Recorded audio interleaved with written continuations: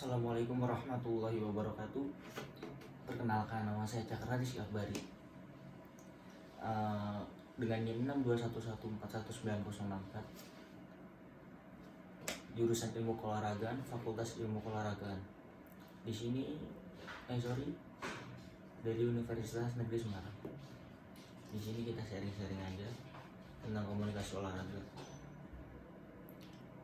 Komunikasi olahraga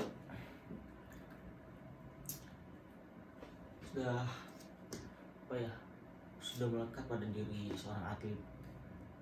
Di dalam olahraga pasti ada komunikasi antara pelatih, pemain, atau atlet serta atlet lain. Bahkan pelatih dengan orang lain, atlet juga dengan orang lain.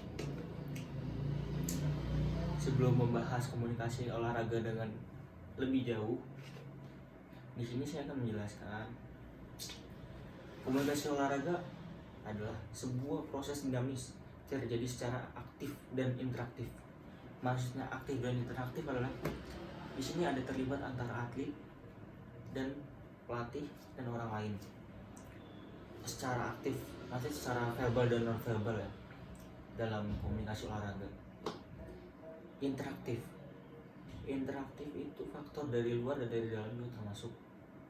Interaktif di dalam lapangan, di dalam pertandingan, di luar pertandingan, itu termasuk dalam komunikasi olahraga. Lalu penerima pesan dapat menerima pesan atau menolak pesan pada saat mengirim pesan, melemparkan pesannya. Jadi komunikasi olahraga juga merupakan komunikasi yang saling ketergantungan, interaksi yang terjadi terhadap feedback, baik berupa verbal dan non-verbal tadi, dan memberi solusi dan memberi harapan kepada lawan bicaranya. Efek dari komunikasi olahraga itu diharapkan yang memberi motivasi, instruksi, masukan, koreksi, perbaikan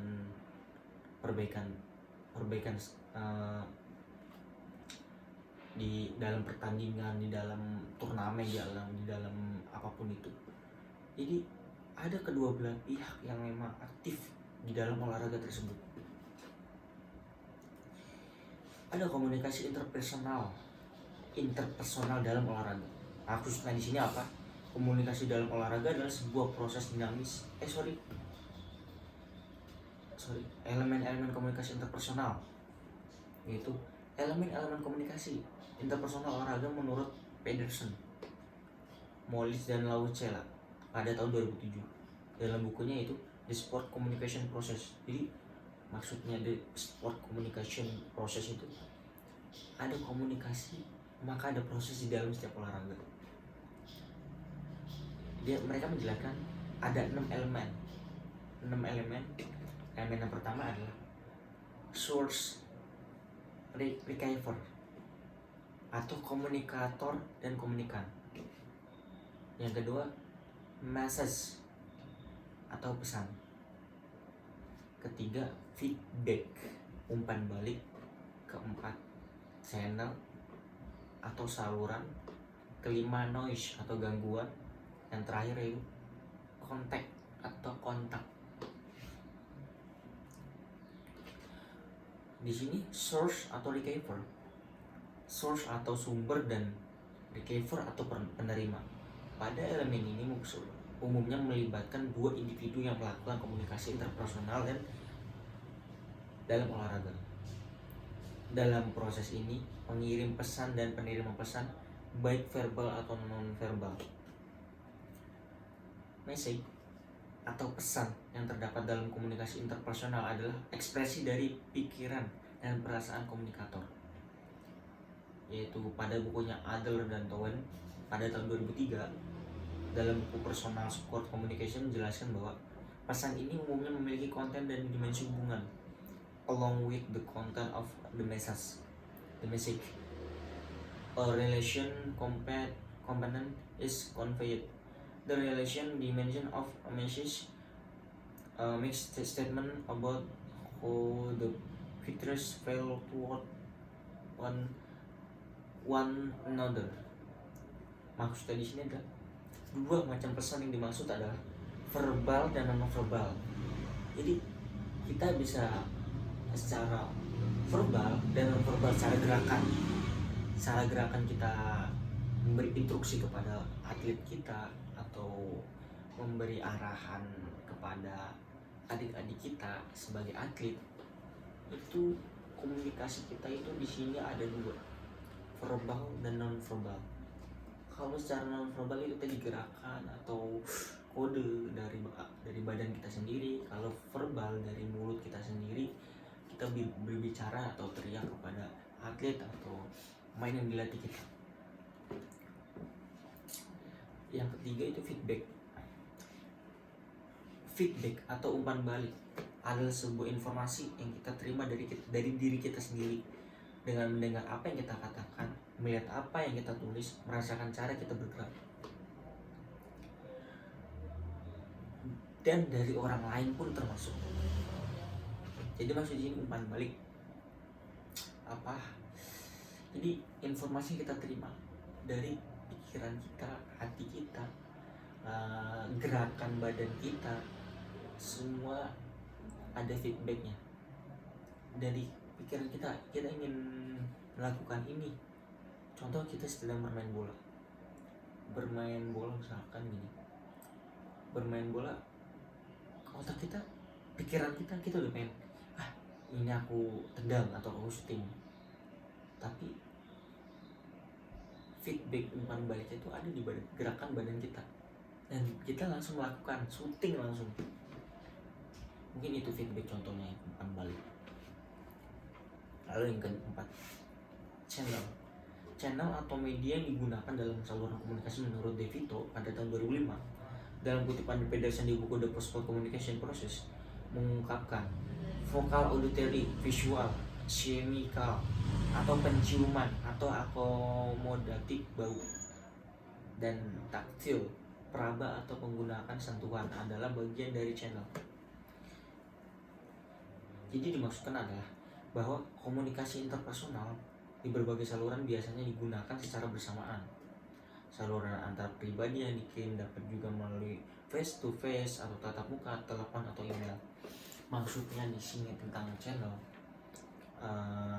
Jadi kita berkomunikasi itu bisa lewat media sosial atau media tatap muka kita, cara face to face lah kita berbicara dengan teman kita atau dengan pelatih kita, dengan secara bersamaan kita kayak seperti kita berbicara dan mengobrol pada teman kita. Tapi maksudnya channel di sini itu termasuk dalam komunikasi olahraga karena ketika kita berbicara kepada pelatih kita dan pelatih kita berbicara kepada kita juga, ada tadi feedback dan verbal dan non verbal itu termasuk di dalam channel. Maksudnya di channel di sini ada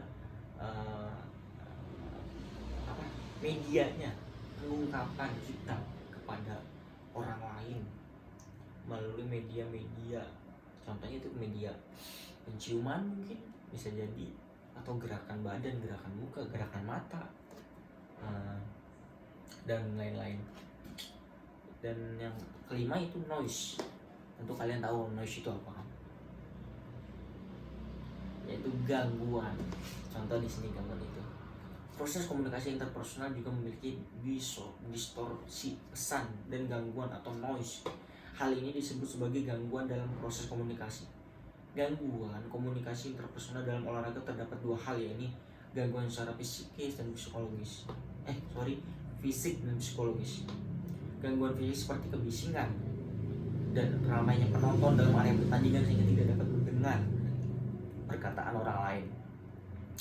Hal tersebut sangat berpotensi sebagai gangguan dalam komunikasi interpersonal. Maksudnya di sini tentang noise itu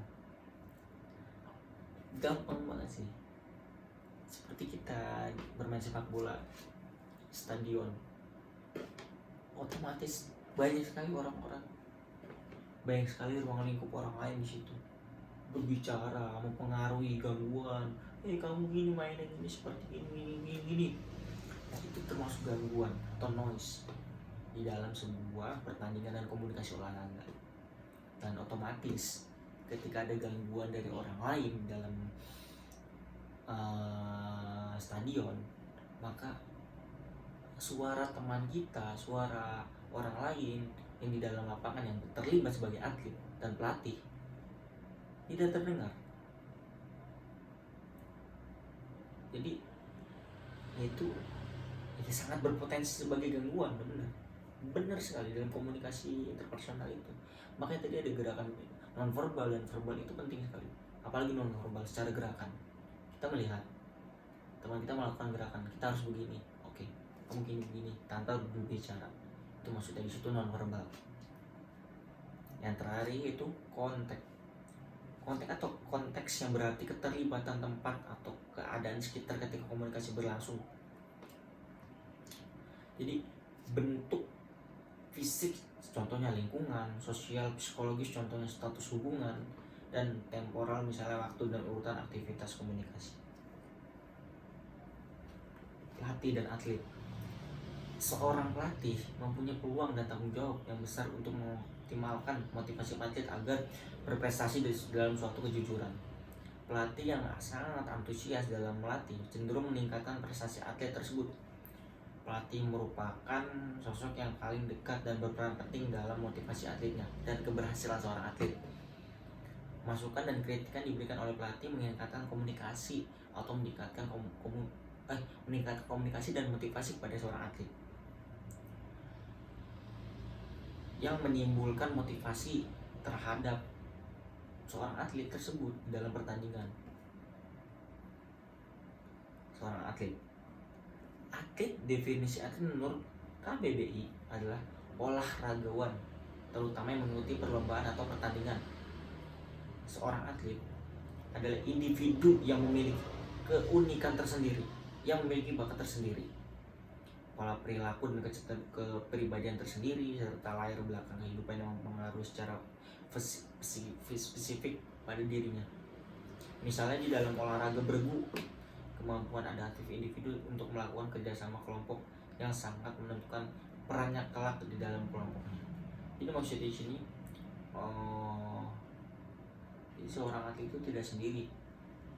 Tentunya ada pelatih, ada orang tua yang mendukung, serta ada orang lain mungkin terlibat dalam perjuangan seorang atlet atau latihan seorang atlet dan keberhasilan seorang atlet tentunya. Jadi keratan di dalam komunikasi olahraga antara pelatih dan atlet itu sangat penting, sangat penting. Kenapa? Jika tidak ada komunikasi antara atlet dan pelatih, tidak akan menghasilkan prestasi yang sangat memuaskan untuk seorang atlet tersebut. Bahkan jika mewakili daerah atau sebagai harapan bangsa, mungkin sebagai atlet Indonesia, itu sangat tidak mungkin di dalam olahraga tidak ada komunikasi olahraga tersebut.